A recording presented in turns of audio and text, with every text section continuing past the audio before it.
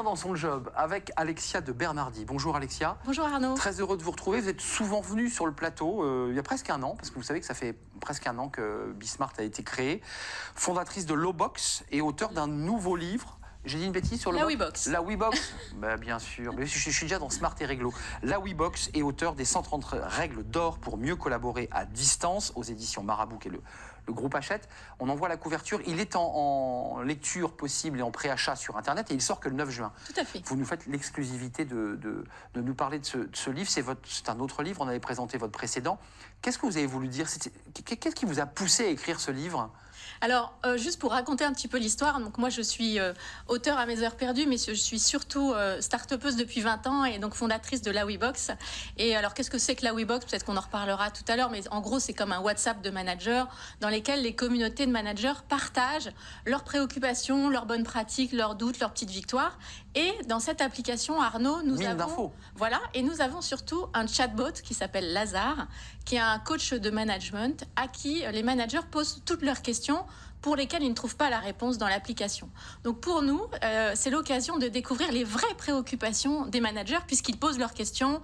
Comment commencer une réunion avec impact, comment annoncer un recadrage à distance, etc. Cash. Et donc, voilà. Et c'est concret, no blabla, pas de grandes théories sur le future of work, mais des questions extrêmement pragmatiques.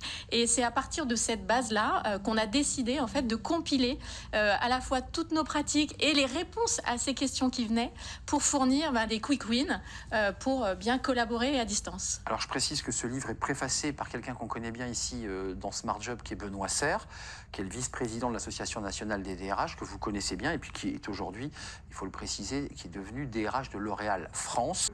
On est sur la ligne de crête, le 9.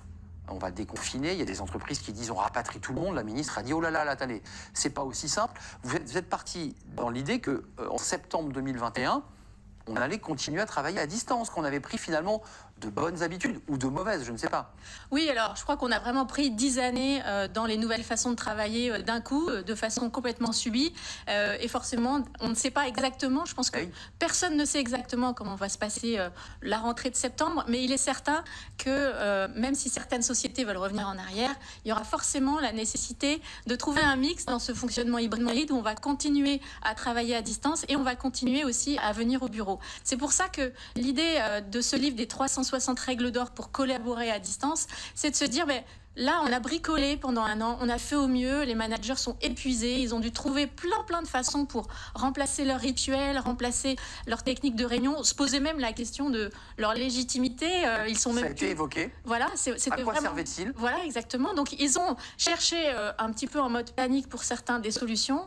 Maintenant, on sait que ça va durer et va se rajouter une autre complexité, c'est que parfois, ils auront la moitié des collaborateurs sur place avec eux en réunion et puis l'autre moitié en visio. La WeBox, c'est intéressant. Vous me parlez des 360 règles. J'ai peut-être mal lu, mais non, il y a les 130. C'est mon livre d'avant. Voilà, c'était moteur d'engagement. Je voulais pas comme ça vous embarrasser. Mais on a 3000 contenus, je suis un peu perdue.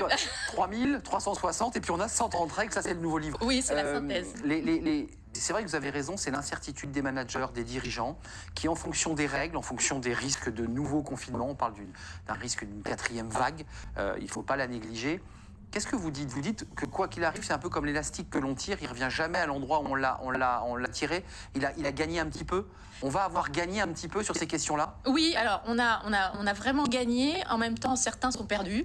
Et je crois qu'il n'y a pas de magic sauce unique. Chacun va devoir trouver sa voie en fonction de sa culture d'entreprise, sa culture d'équipe. Moi, j'ai des managers qui disent non, mais moi, je rapatrie tout le monde. D'autres qui ont pris goût à aller travailler en province. Donc, ça va prendre du temps, en fait. Moi, je ne crois pas au grand soir du 9 juin ou du mois de septembre. Ça va prendre du temps. Et surtout, et c'est le but de la WeBox et du livre, c'est que chacun doit trouver les techniques avec lesquelles il est à l'aise dans sa culture, dans son fonctionnement.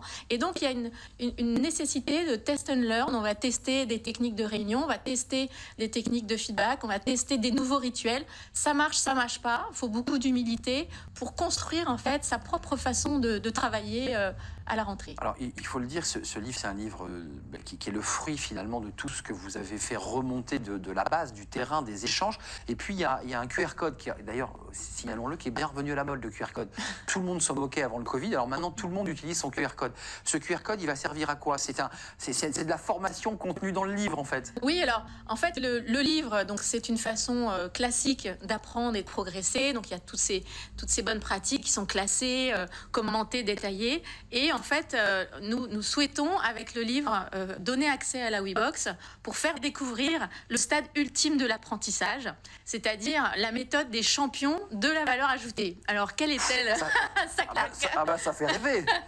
Voilà, donc le QR code offert avec le livre donne 1 mois d'accès à notre application d'intelligence collective et de micro-learning entre lecteurs du livre pour partager en fait ses réactions. On va être challengé tous les jours pour tester une pratique, donner ses doutes, ses petites victoires, partager ses bonnes pratiques. Et c'est comme ça qu'on apprend le mieux. C'est de là que sont inspirées les méthodes de co-développement ou dans les incubateurs de start-up. On fonctionne comme ça. Le monde que vous portez et en tout cas les retours que vous avez de la base, c'est-à-dire le travail que vous menez à travers Lazare, ce chatbot, qu'est-ce qui est en train de ressortir? Parce que quelque part, vous pouvez en tirer une substantifique moelle. C'est quoi l'état d'esprit au moment où on se parle des managers, de tous ceux qui sont dans l'entreprise? Alors, c'est clair que pour nos clients, c'est une véritable mine d'or parce qu'en fait, c'est plus descendant. C'est cette fois-ci, on est à l'écoute spontanée des collaborateurs et des managers.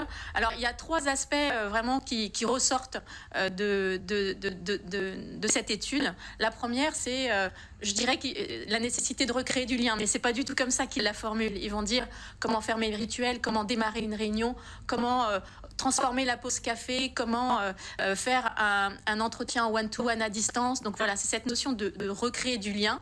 Et sur cette partie-là, il y a plein de techniques qu'il faut expérimenter. Lesquelles, par exemple, comment on fait? Donc par exemple, on démarre toujours une réunion par un icebreaker, une petite question qui peut être très soft, un petit tour de table. Alors ça va de... Ça roule, ça va? Alors ça va de... qu'est-ce que vous attendez de cette réunion? Quelles sont vos 3 victoires de la semaine? Est-ce que vous avez une petite fierté de votre équipe à partager? Mais ça peut être aussi, si on est dans une entreprise fun, quelle est ta spécialité régionale préférée? Mais en tous les cas, on a besoin de remplacer ce petit moment qu'on avait avant les réunions. De la même façon, créer du lien, c'est aussi en fin de réunion, toujours demander du feedback. Alors ça peut être du questionnement, qu'est-ce qu'on aurait pu faire différemment, avec quoi est-ce que vous repartez? Ça peut être des quiz si on est nombreux, on donne une note de 1 à 5. C'est quand même une hiérarchie très horizontale que vous décrivez, parce qu'il y a beaucoup d'entreprises où ça tombe d'en haut, le manager décide, tout le monde se tait, prend des notes et quitte la salle. Tout à fait. C'est un monde un peu particulier où il existe vraiment ce monde-là où c'est horizontal, où le manager écoute, il est bienveillant. En fait, c'est la seule façon avec laquelle ça a pu fonctionner pour certains pendant le confinement, parce qu'ils est sûr que le management à la papy pendant le confinement a donné vraiment lieu à des... C'est descendant, quoi. Voilà, à des détresses de collaborateurs qui ne savaient plus ce qu'ils devaient faire. Ils perdaient le sens de leur travail. Les managers perdaient aussi le sens de leur légitimité puisqu'ils n'avaient plus la main. Donc, il y a une nécessité absolue et ça ne va pas se faire du jour au lendemain, mais petit à petit, à passer vers ces méthodes issues des techniques agiles. Alexia de Bernardi, c'est vraiment toujours la question boule de cristal, mais est-ce que vos managers sentent quand même des collaborateurs, des salariés un peu démotivés, un peu perdus? Et il y a eu un débat de la NDRH qui a expliqué que la productivité était là, elle était au rendez-vous, on en a parlé sur ce plateau. Puis certains managers nous disent quand même, quand on parle avec eux en off, ils sentent quand même des collaborateurs un peu démotivés là. Alors oui, une fatigue, une lassitude, une inquiétude pour la façon dont ça va se passer à la rentrée, parce que certaines entreprises communiquent sur le fait que, bien sûr, le télétravail va continuer, mais certains grands groupes disent non, on ramène tout le monde à la maison et on repart comme avant. Donc il y a une inquiétude, un doute, des questionnements par rapport à sa vie personnelle. On a pu travailler en bord de mer. Bon, en même temps, c'était peut-être pas la vraie vie. Donc une inquiétude que le manager de proximité doit aussi apprendre à écouter, à digérer. La meilleure bonne pratique à distance, c'est de reprendre son téléphone et d'appeler ses collaborateurs un par un. C'est vraiment ça la nécessité. Et aussi, l'inquiétude, elle vient aussi du fait que à distance, on a dû tous faire face à l'incertitude. L'incertitude déjà de son propre job. De sa santé physique. Voilà, que font mes équipes pendant que je ne suis pas là, comment ça se passe, est-ce qu'on va y arriver, est-ce que la boîte va fermer. Donc c'est aussi toute cette incertitude qui a fatigué à la fois les managers et les collaborateurs. À suivre pour la rentrée de septembre, peut-être tu viendras nous en parler parce que vous allez faire remonter encore beaucoup d'infos par le chatbot Lazare. La WeBox, ça c'est Alexia de Bernardi, c'est votre bébé. Et puis votre livre, non pas 360 règles, mais oui, les 130 règles d'or pour mieux collaborer à distance. Et c'est aux éditions Marabout.